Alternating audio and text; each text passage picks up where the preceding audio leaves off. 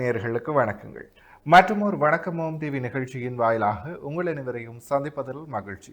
இன்றைக்கு புலர்ந்திருக்கக்கூடிய பொழுதானது அனைவரது வாழ்விலும் மங்களமும் சுபீட்சமும் உடைய நல்ல பல சுப காரியங்கள் நடைபெறக்கூடிய நல்லதொரு நாளாக அமைய எல்லாம் வல்ல இறைவனை பிரார்த்திப்பதோடு இன்றைய தினத்திலே பல்வேறு சுப காரியங்களில் ஈடுபட்டு கொண்டிருக்கக்கூடிய நேயர்கள் சொந்தங்கள் யாவருக்கும் ஓம் தொலைக்காட்சி சார்பாக வாழ்த்துக்களையும் கூறிவிட்டு இன்றைய இந்த நிகழ்ச்சியினுடைய முதற் பகுதியான இன்றைய நாள் தொடர்பான தகவல் பகுதியுடன் இணைந்திருக்கலாம்.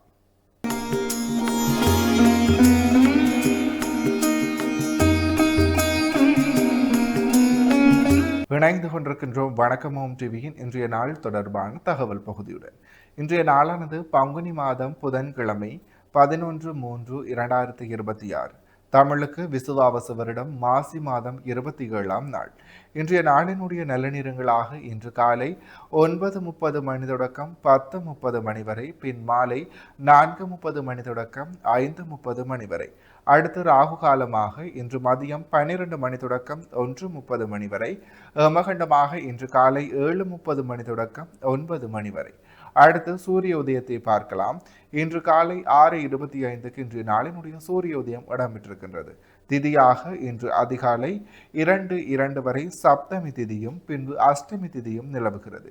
நட்சத்திரங்களாக இன்று இரவு 9:49 வரை கேட்டை நட்சத்திரமும் பின்பு மூல நட்சத்திரமும் நிலவுகிறது. சந்திராஷ்டம நட்சத்திரங்களாக இன்று இரவு 9:49 வரை பரணி நட்சத்திரமும் பின்பு கிருத்திகை நட்சத்திரமும் நிலவுகிறது. பரணி மற்றும் கிருத்திகை நட்சத்திரத்தில் உள்ளோர் செய்கருமங்கள் யாவற்றிலும் நிதானத்துடனும் பொறுமையுடனும் செயலாற்றல் சிறப்பு. எனவே நேயர்களே, இவைதான் இன்றைய நாள் தொடர்பான தகவல் பகுதிகளாகும். தொடர்ந்து வணக்கமோம் டிவி நிகழ்ச்சியினுடைய அடுத்த பகுதியான இன்றைய நாளிற்குரிய நற்சிந்தனை பகுதிக்குள் செல்லலாம்.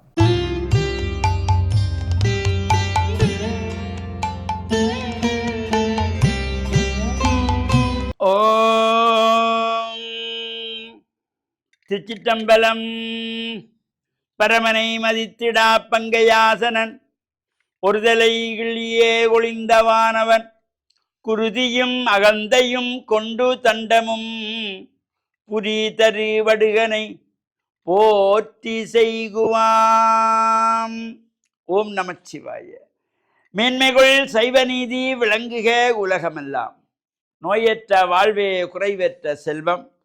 அந்த நோய் நொடி இல்லாத வாழ்வு இந்த உலக மக்கள் எல்லோரும் வாழ வேண்டும் என்று கலியுகத்தின் காந்தமலை ஜோதியாகிய சபரிமலை சுவாமி ஐயப்பனுடைய திருவடிகளை சிறந்தாழ்த்தி டான் தமிழொலி ஓம் தொலைக்காட்சி நேயர்கள் அனைவருக்கும் சர்வதேச இந்து மத குறிப்பிடம் அகில இலங்கை சபரிமலை ஸ்ரீ சாஸ்தா பீடத்தின் சார்பில் இனிய வணக்கங்களும் நல்லாசிகளும்.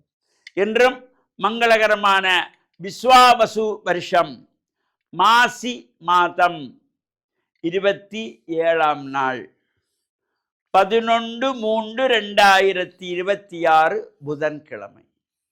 இன்று மலர்ந்திருக்கின்ற இன்றைய பொழுதும் நம் எல்லோருடைய வாழ்விலும் எல்லா விதமான சிறப்புகள் வெற்றிகள் நாம் தொடங்குகின்ற காரியங்கள் எல்லாம் நிறைவேற இறையருளும் குருவருளும் பூர்ணமாக நிறைய வேணும் என்று பிரார்த்தித்து பெற்றோர்கள் பெரியோர்கள் குருவானவர்கள் ஆசிரியர்களையும் வணங்கி அவருடைய அன்பையும் ஆசியையும் பெறுகின்ற பொழுது எந்த நாளுமே நமக்கு நல்ல நாளாக அமையக்கூடியது.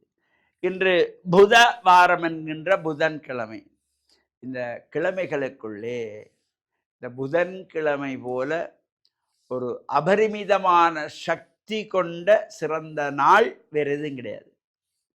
இந்த புதன்கிழமை தான் ஒரு சுபகாரியங்களுக்கு சுப முகூர்த்தங்கள் செய்வதற்கு, ஒரு கும்பாபிஷேகம் நடத்துவதற்கு, ஒரு திருமணம் நடத்துவதற்கு, ஒரு கிரகப்பிரவேசம் பண்ணுவதற்கு, எந்த ஒரு சுப காரியங்களாக இருந்தாலும் புதன்கிழமை அமைந்தால் அதை போல ஒரு சிறப்பு வேறு எதுவும் கிடையாது. அதனாலதான் முன்னோர்கள் சொல்வார்கள், பொன் கிடைத்தாலும் புதன் கிடைக்காது. அந்த திதி வார நட்சத்திர யோக கரணம் என்கின்றதாகிய இந்த ஐந்தும் சேர்கின்ற பொழுது கிழமை சிற வழியில் சரி வராது. அப்படி வந்தால் புதன்கிழமை அமைந்தால் அது பெரிய ஒரு சிறப்பு. இன்றைய தினம் தேய்பிறை அஷ்டமி திதி. இது பொதுவாக பைரவப் பெருமானுக்கு விசேஷமான பூஜைகள், வழிபாடுகள், பிரார்த்தனைகள், அபிஷேகங்கள், நெய் விளக்குகள் ஏற்றி வழிபாடு செய்து கொள்வார்கள். இந்த பைரவப் பெருமான் யார் என்று கேட்டால் அவர் சிவனுடைய அம்சம். சிவனுடைய அம்சம்தான் பைரவர். ஒரு சமயம் இந்த அண்ட சராசரங்களை ஆளுகின்ற விண்ணகத்தேவரும் நன்னவும் மாட்டாத மெய்ப்பொருளாகிய பரம்பொருளுக்கு இருக்கின்ற 5 தலைகள் போல படைத்தல் தொழில் புரிகின்ற பிரம்மதேவனுக்கும் 5 தலைகள் இருந்ததாம். அதனாலே அந்த பிரம்மாவுக்கு ஒரு ஆணவம் வந்ததாம். என்னை விட சிவனொன்றும் பெரியவர் அல்ல, அவருக்கு 5 தலை, எனக்கு 5 தலை என்று இந்த ஆணவம் கொண்டதினாலே அவருடைய ஒரு தலையை கொய்வதற்காக இறைவன் எடுத்த மூர்த்தம் தான் இந்த பைரவ மூர்த்தம். ஏனென்று கேட்டால் சிவனை மதிக்காமல் இருந்ததினாலே. பரமனை மதித்திடா பங்கையாசனன் ஒரு தலை கிள்ளியே ஒளிந்தவானவன் குருதியும் அகந்தையும் கொண்டு தண்டமும் புரி தரு படுகனை போற்றி செய்வான். இந்த படுக பைரவராக இறைவன் தோற்றமளித்தார். இந்த பிரம்மதேவனுடைய ஆணவத்தை அடக்குவதற்காக இவ்வாறு இந்த படைத்தல் தொடர்புகின்ற பிரம்மதேவனுக்கு அடிக்கடி அப்பப்ப சோதனைகள்.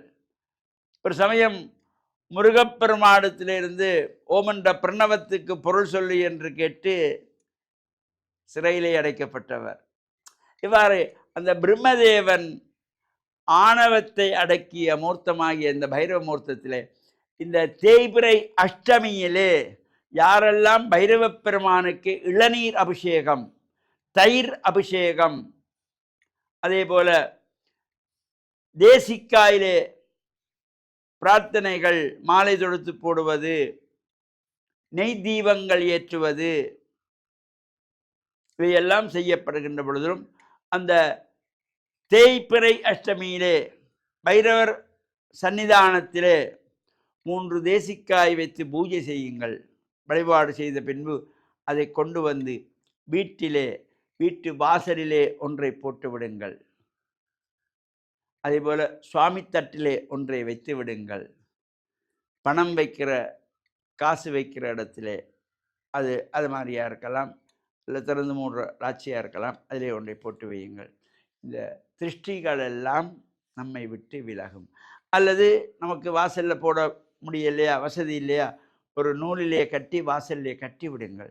இந்த கண் திருஷ்டிகளெல்லாம் தீர்ந்து எல்லாத்துக்கும் காவலாக நிற்பான் பரம்பொருள் என்ற நம்பிக்கையோடு தொடர்ந்து நாம் இந்த ஆலய வழிபாடுகளை பற்றி சிந்திப்போம் என்று கூறி, டான் தமிழொலி ஓம் தொலைக்காட்சி நேயர்கள் அனைவருக்கும் சர்வதேச இந்து மத குருபிடம் அகில இலங்கை சபரிமலை ஸ்ரீ சாஸ்தா பீடத்தின் சார்பில் நல்ல ஆசிகளை கூறிக்கொள்வதில் மனமகிழ்வு கொள்கிறோம். சர்வே ஜனாக சுகினோ பவந்து, சமஸ்த சன்மங்களானி சந்து.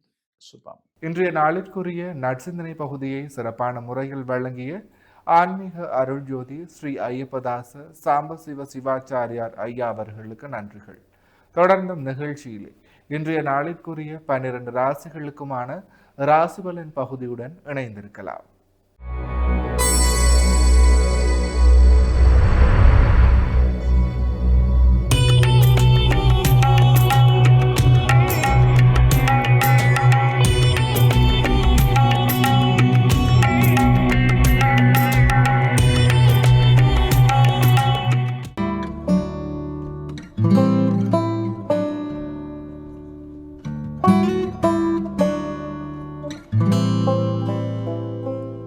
ஓம் தொலைக்காட்சியின் இலக்கிய காலை வணக்கம். இன்றைய நாள் 11/3/2026.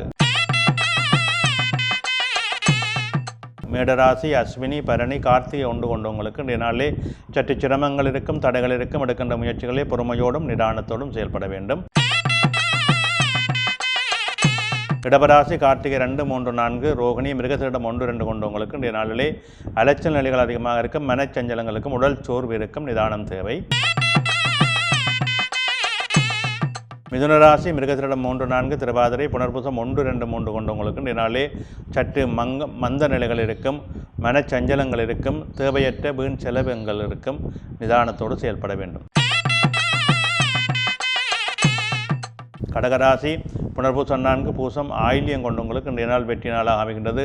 தொழில் மேல்மை உண்டு, பணச்சிறப்பு திருப்திகரமாக இருக்கும். எடுக்கின்ற முயற்சிகள் வெற்றிகளை தரும்.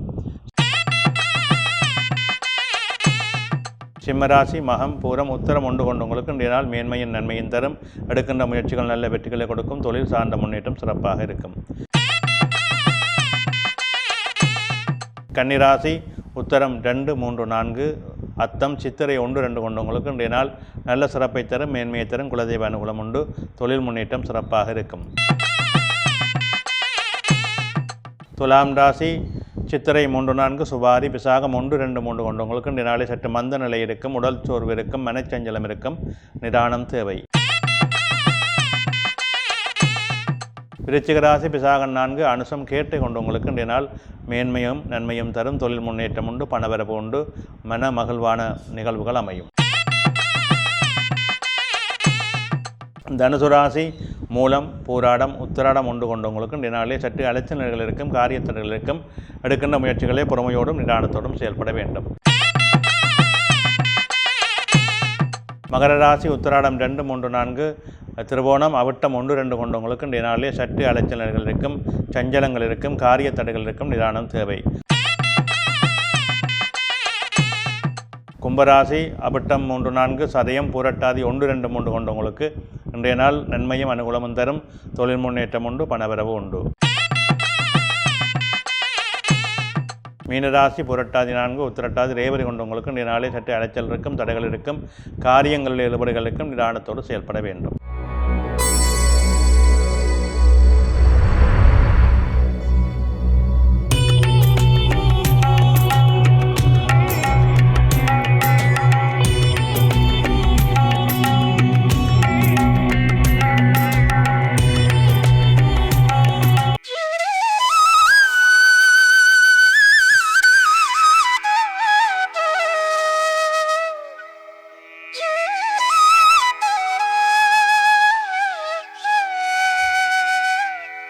இன்றைய சிந்தனை.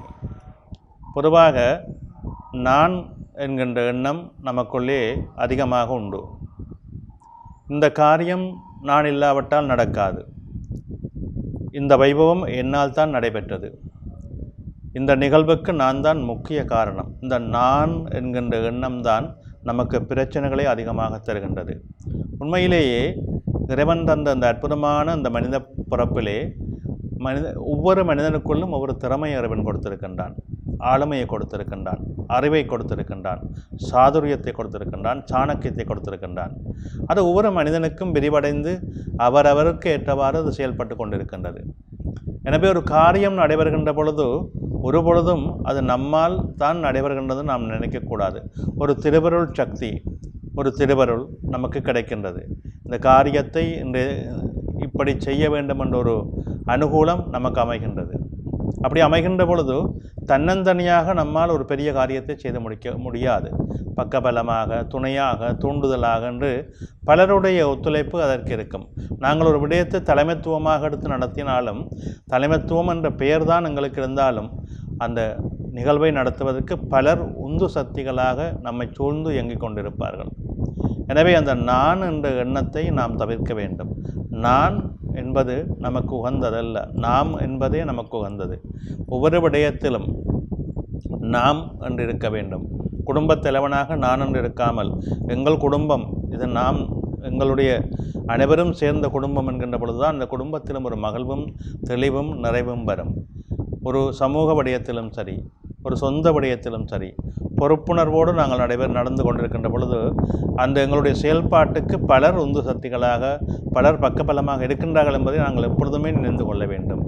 நமக்கு இறைவன் இந்த பணியை தந்திருக்கிறான், இதை நாம் சரியாக செய்ய வேண்டும் என்ற எண்ணம் மட்டும் எங்களுக்கு மேலோங்கி இருக்க வேண்டும். எங்களுடைய கடமை, எங்களுக்கு கொடுக்கப்பட்ட கடமையை சரியாக, முறையாக, நிதானமாக செய்து முடித்தால் அதுவே எங்களுக்கு பெரிய வெற்றி. அதன் மூலம்தான் நாங்கள் திருப்தியும் மகிழ்வும் கொள்ளலாம். எனவே நாங்கள் எல்லோரும் அதை மனதிலே கொண்டு செயல்படுவோம். அந்த நாங்கள் என்ற அந்த எண்ணத்தை மனதிலே கொண்டால் நமது வாழ்வு என்றும் வெற்றியை தரும். நன்றி.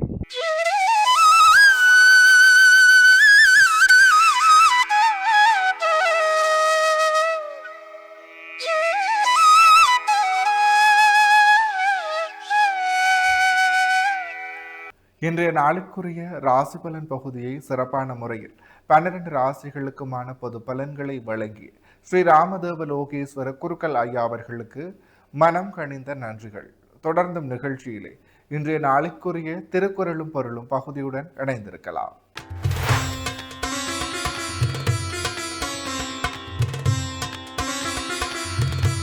இணைந்து கொண்டிருக்கின்றோம் வணக்கம் ஓம் டிவியின் திருக்குறளும் பொருளும் பகுதியுடன்.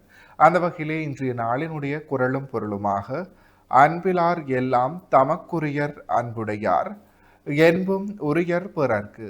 இக்குறளினுடைய பொருளாக அன்பு இல்லாதவர் எல்லா பொருளையும் தமக்கே உரிமையாக கொண்ட வாழ்வார். அன்பு உடையவர் தம் உடம்பையும் பிறர்க்கு உரிமையாக்கி வாழ்வார். இக்குறளையும் பொருளையும் மீண்டும் ஒரு முறை பார்க்கலாம். அன்பிலார் எல்லாம் தமக்குரியர் அன்புடையார் என்பும் உரியர் பிறர்க்கு. இக்குறளினுடைய பொருளாக அன்பு இல்லாதவர் எல்லா பொருளையும் தமக்கே உரிமையாக கொண்டு வாழ்வார். அன்பு உடையவர் தம் உடம்பையும் பிறர்க்கு உரிமையாக்கி வாழ்வார். எனவே நேயர்களே, இவைதான் இன்றைய நாளிற்குரிய திருக்குறளும் பொருளும் பகுதியாகும். தொடர்ந்தும் வணக்கம் ஓம் டிவி நிகழ்ச்சியினுடைய இறுதி பகுதியான இன்றைய நாளிற்குரிய மங்களேசி பகுதியுடன் இணைந்திருக்கலாம். இன்றைய நாளிற்குரிய அனைத்து வணக்கம் ஓம் டிவி பகுதிகளும் நிறைவேறியது. மற்றும் ஒரு வணக்கம் ஓம் டிவி நிகழ்ச்சி வாயிலாக உங்களை சந்திக்கும் வரையில் உங்களிடத்திலிருந்து விடைபெற்று செல்கிறேன். நன்றி, வணக்கம்.